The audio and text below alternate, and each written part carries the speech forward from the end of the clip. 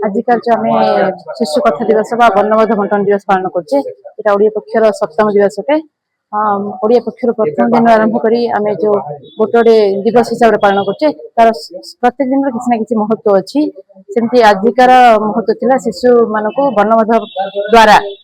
शिक्षार उन्नतिकरण बा शिक्षार क कठू आरंभ करी से माने किंती बही पढ़ी पारे से पर्यंत प्रयास जारी रखिया आ गप माध्यम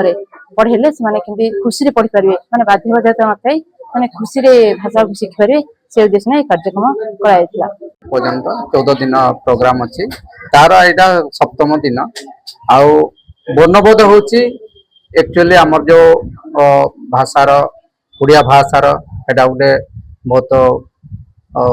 मेरुदंड जो माने वर्णबोध पढ़ी पढ़ी की आसी आग काल तो सीटा पढ़ीदे गोटे माने कौन हो एजुकेटेड पूरा लिटरेट पर्सन बोली धरा जाउतला आउ सेटा ही हमर वर्तमान मध्य ए वर्णबोध जो माने से पढ़िबे आ शिखिबे आ सिथरे जो लेखाटा हेई अछि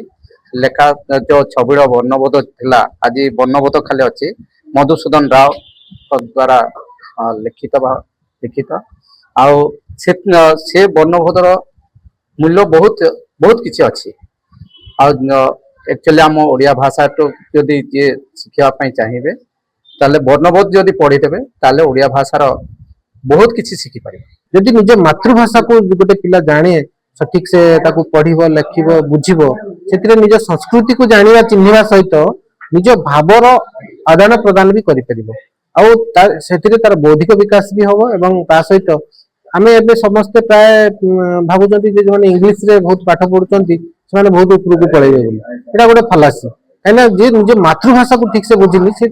सेकंड लैंग्वेज को सेते तार परफॉर्मेंस भलो होबनी तो मातृभाषा को जदि बुझिला